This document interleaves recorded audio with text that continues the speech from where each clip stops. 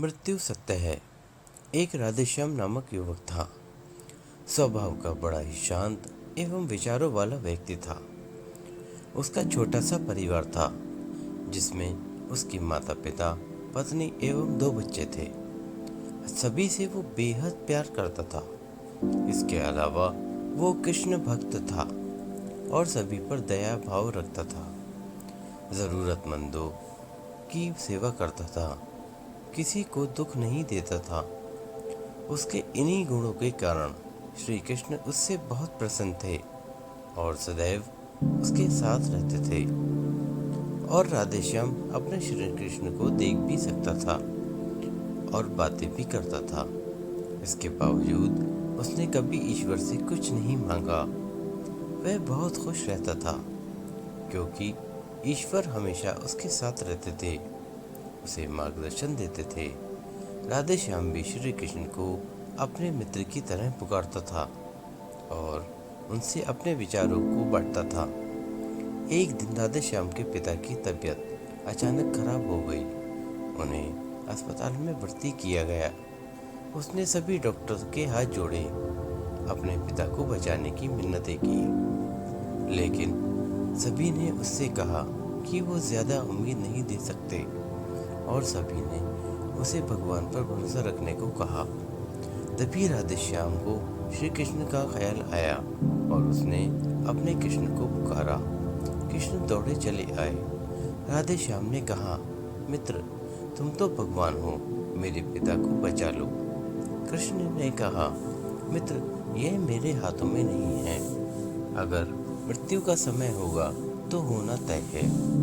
इस पर राधेश्याम नाराज हो गए और कृष्ण से लड़ने लगे। गुस्से में उन्हें कोसने लगा।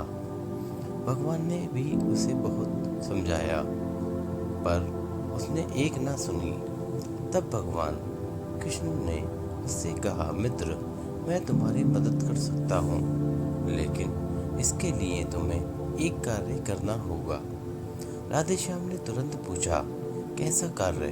कृष्ण ने कहा, तुम्हें किसी एक घर से मुट्ठी भर ज्वार लानी होगी और ध्यान रखना होगा कि उस परिवार में कभी किसी की मृत्यु न हुई हो। राधेश्याम झट से हाँ बोलकर तलाश में निकल गया। उसने कई दरवाजे खटखटाए। हर घर में ज्वार तो होती, लेकिन ऐसा कोई नहीं होता जिनके परिवार में किसी की मृत्यु न हुई हो। किसी का पिता, किसी का दादा, किसी का भाई, माँ, काकी या बहन। 2 दिन तक भटकने के बाद भी राधेश्याम को ऐसा एक भी घर नहीं मिला। तब उसे इस बात का एहसास हुआ कि मृत्यु एक अटल सत्य है। इसका सामना सभी को करना होगा। इससे कोई भागा नहीं जा सकता। और वो अपने व्यवहार के लिए कृष्ण से क्षमा मांगता है और निर्णय लेता है, जब तक उसके पिता जीवित हैं उनकी सेवा करेगा। थोड़ी दिनों बाद राधेश्याम के पिता स्वर्ग सिधार जाते हैं। उसे दुख तो होता है, लेकिन ईश्वर की दी उस सीख के कारण उसका मन शांत रहता है। दोस्तों, इसी प्रकार हम सभी को इस सच को स्वीकार करना चाहिए कि मृत्यु एक अटल सत्य है। उसे नकारना मूर्खता है। दुख होता है, लेकिन उसमें फंस जाना गलत है, क्योंकि केवल आप ही उस दुख से पीड़ित नहीं हैं, अपितु संपूर्ण मानव जाति उस दुख से रूबरू होती ही है। ऐसे सच को स्वीकार कर आगे बढ़ना ही जीवन है। धन्यवाद। आपका दिन शुभ हो।